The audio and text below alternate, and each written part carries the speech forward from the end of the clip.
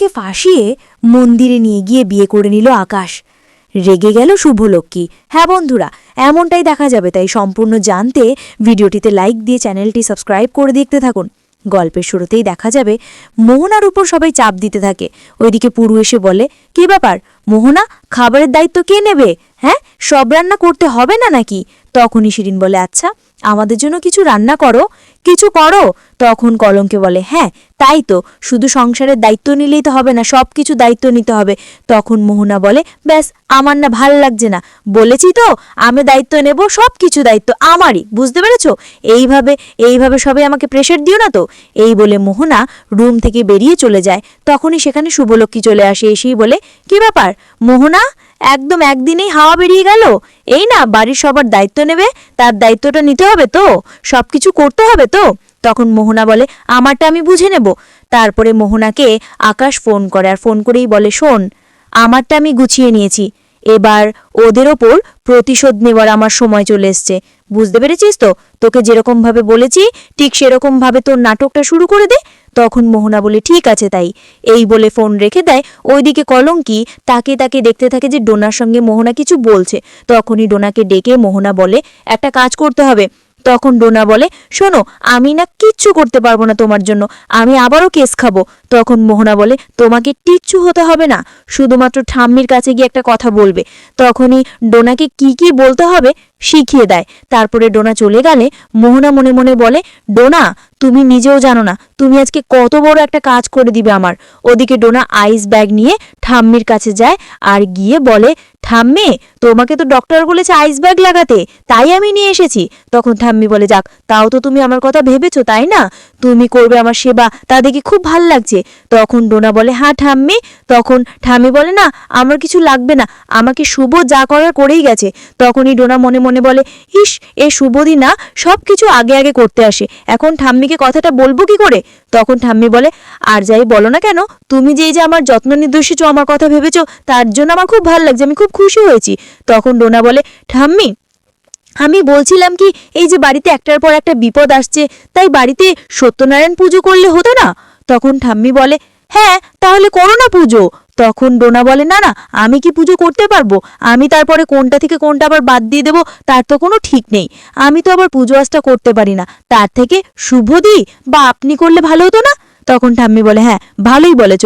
তারপরে ডোনা চলে যেতে লাগবে, শুভ দেখে। তারপরে শুভলক্ষ্মী ঠাম্মির পায়ে নিচে আইস ব্যাগ রেখে বলে, ঠাম্মি তোমাকে ডক্টর কি বলেছে মনে আছে তো?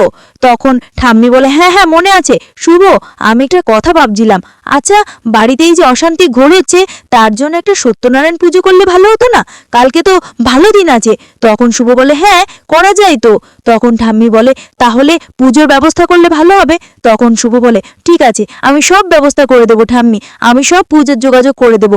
তখন ঠাম্মি বলে, আচ্ছা অল্প করে করলেই হবে, বেশি করে করতে হবে না, ঠিক আছে নিজের দিকেও খেয়াল রাখিস। তারপরে শুভ চলে গেলে ঠাম্মি বলে, ঠাকুর তুমি দেখো আমাদের বাড়িটাকে দেখো। ওদিকে দেখা যাবে মোহনা বসে বসে অপেক্ষা করছে। তখনই শুভ এসে সুমিতকে ডাকে। তখনই মোহনা বেরিয়ে এসে বলে, কি ব্যাপার শুভলক্ষ্মী, সুমিতকে ডাকছো? সুমিত তো ঘরে নেই, কোথায় গেছে বলতেও পারি না, কেউ তো বাড়িতে নেই। তখনই শুভ মনে মনে বলে, কেউ তো বাড়িতে নেই, কি করব, আমি গিয়ে বাজারটা করে নিয়ে আসি। তখন শুভ মোহনাকে বলে, শোনো আমি একটু বাজার যাচ্ছি, কেউ জিজ্ঞাসা করলে বলে দিও। এই বলে চলে গেলে মোহনা বলে, যাক আমার কাজ তো হয়ে গেছে, এবার শুধু আদিকে পাঠানোর অপেক্ষা, তাহলেই হবে। শুভলক্ষ্মী তুমি বাইরেই থাকো না, বাইরেই থাকো ততই আমার মঙ্গল। শেবকে দেখা যাবে আদি আসে, এসে বলে, কি ব্যাপার তুমি এখানে একা একা দাঁড়িয়ে আছো মোহনা? তখন মোহনা বলে, হ্যাঁ এই তো শুভলক্ষ্মী বাইরে চলে গেল, তো কোথায় চলে গেল আমাকেও বলেনি, ইনফ্যাক্ট বাড়ির কাউকে বলেনি, বুঝতে পেরেছো তো? তোমাকেও নিশ্চয়ই বলেনি, তোমাকে ডাকার প্রয়োজনও মনে করেনি। তখন আদি মনে মনে বলে, তাই তো শুভ তো আমাকে ডাকতে পারতো, ও কোথায় চলে গেল? বাজারে গেল না তো? না না আমাকে যেতে হবে। শুভ ইদানিং আমাকে একদম নিজের কাছে টানতেই চায় না। তখন মোহনা বলে, দেখো আজিতরা এই সময় শুভলক্ষ্মীর একা কোথাও যাওয়া ঠিক নয়, তাই না? ওর তো প্রেগনেন্ট, ওর ভিতরে তো আরেকটা প্রাণ আছে, সেটা তো আমাদের মানতে হবে। তার জন্য ও একা, আমারও খুব ভয় লাগছে, তুমি একটু যাও না।